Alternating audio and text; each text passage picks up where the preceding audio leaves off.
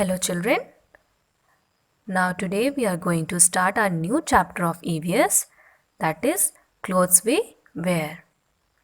So like food and water, clothes are also our basic need. Basic means necessary, essential or important. So let's start. Children, we wear different clothes in different times of the year. Now, why do we wear clothes? We wear clothes because clothes cover our body and protect us from heat, cold, rain, and dust. Also, clothes make us look smart. We wear different clothes made up of different materials at different times of the year. Now, let us move forward. What we wear in summers when it's sunny or hot outside?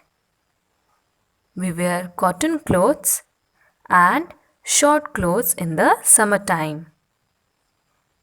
Cotton clothes keep our body cool as cotton clothes allow air to pass through them, and they also absorb sweat very easily. Now let's see what we wear in the winter season or when it's very cold outside. We wear warm and woolen clothes to protect us from the cold. Woolen clothes keep us warm in winter season. Now let us have a look what we wear when it's raining outside. We wear raincoats and gumboots. Are long rubber boots, as you can see in the picture also. These are pair of gumboots, and we use umbrella. They protect us from rain and keep us dry. Now you can see the right hand side of the page. A box is given in the corner, that is fact snippet. Fact means information and snippet means a small piece. So there is a small piece of information, and that is we get silk from an insect called silkworm. Here one question is given, when do you wear silk clothes? So we wear silk clothes on special occasions like parties or marriage functions. Okay. Now students, look in page number 25. There is a question. When do we wear the following clothes? Write S for summer, W for winter and R for rainy season. Now see the first picture. It is a coat. So we wear coat in winter. So we'll write W here. What else we wear in winter season? This jacket, this muffler and this hoodie. Hoodie is a kind of sweater. Okay. So we'll write W here. All these clothes keep our body warm. Now let's see the clothes we wear in summer season. This skirt, this shirt and this frock. All these clothes keep our body cool. So we'll write S here in the box. And now see the pair of gumboots. We wear gumboots in the rainy season to protect us from rain. So write R here in the box. Okay. Now we wear different clothes at different places and occasions. Like people wear traditional dress, as you can see in the picture, like sari, lehenga, sherwani, kurta pajama, suits. In birthday parties, people wear casuals like gown, frock, shirt, jeans. Okay, and people wear swimming costumes for swimming, and students wear uniform when they go to school.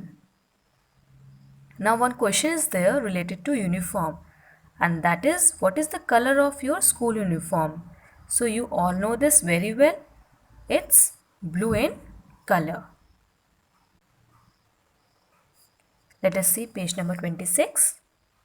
Some people who do special jobs wear special kinds of clothes. Okay, so these clothes are called uniform. Doctor, policeman, lawyer, and sailor. They all wear uniforms. Children, clothes should always be neat and clean and properly ironed. Now, people in our country wear different kinds of clothes. In our country, India, people from different states wear different clothes. They all look very colorful and they wear different clothes to suit the climate of the place where they live. As you can see the dress of various people of different states like Rajasthan, Kashmir and Assam.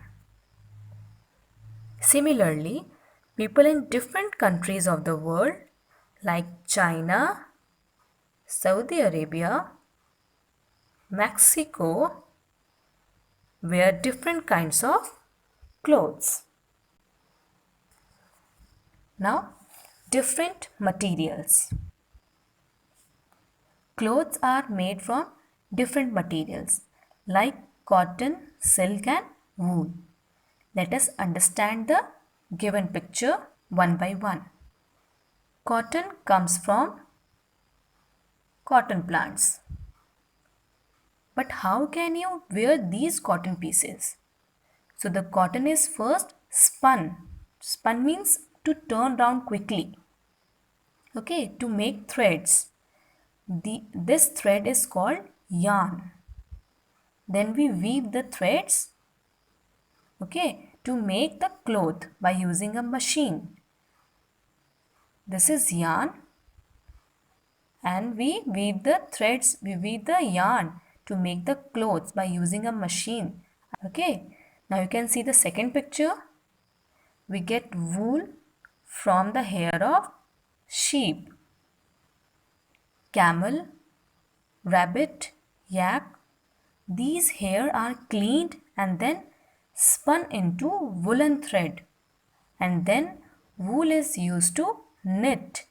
Knit means to join the threads, to bind the threads, to make sweaters, caps and socks. Now we get silk from silkworm. The silkworm feeds on the mulberry leaves. Silk thread is very fine. Silkworm lives on mulberry leaves. Mulberry is a kind of fruit. In Hindi, we say shehtood. A silkworm builds a home around itself with long sticky threads. This home is called a cocoon. These cocoons are used to make silk threads. Okay, let me explain the process.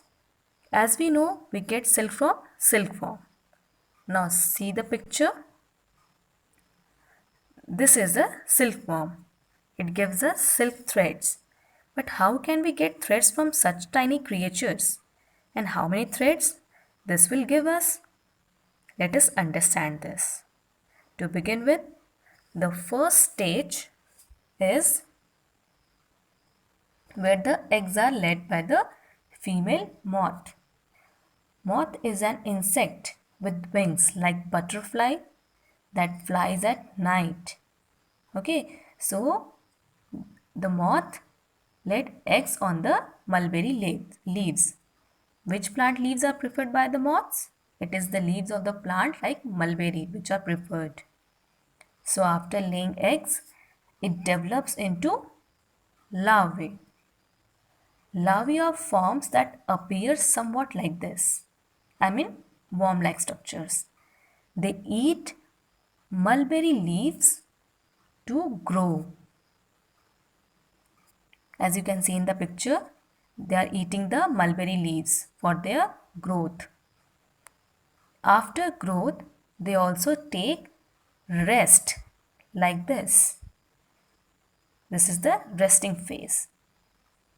Just like we take cozy blanket while sleeping, larvae also cover its body with the help of saliva. Saliva is, water in your mouth, the liquid, watery liquid in your mouth, that is saliva. So, it also covers its body with the help of saliva coming from its mouth. It is thread-like structures. It goes in all the directions. As you can see in the picture also, it is going in all the direction of the of its body to cover. After, like this. Okay. See, it is covering its body slowly. And after covering, a coat forms around its body. This coat is cocoon. And this cocoon will give us silk after processing.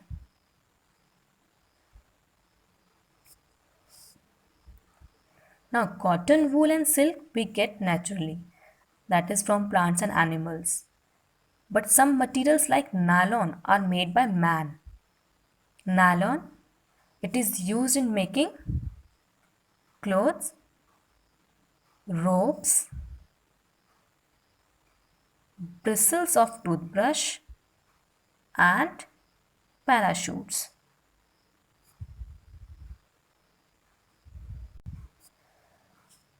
Other cloth materials are also made by using cotton or silk mixed with nylon. Now, the last topic, people who help in making clothes.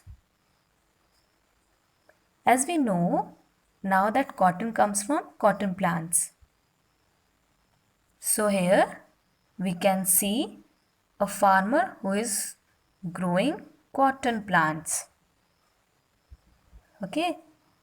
So then in next picture, the shepherd is rearing a sheep for wool. Shepherd is a person who rears sheep. Rear means to keep. So he keeps sheep for wool. Wool is nothing but the hair of the sheep. Removal of hair is called shearing. Okay. Then in next picture, the weaver is weaving cloth on a loom. Loom, you know, is a type of machine for weaving. Weaving means to interlock, bind the threads, and the person who does this is known as weaver. So here the weaver is weaving cloth on a loom.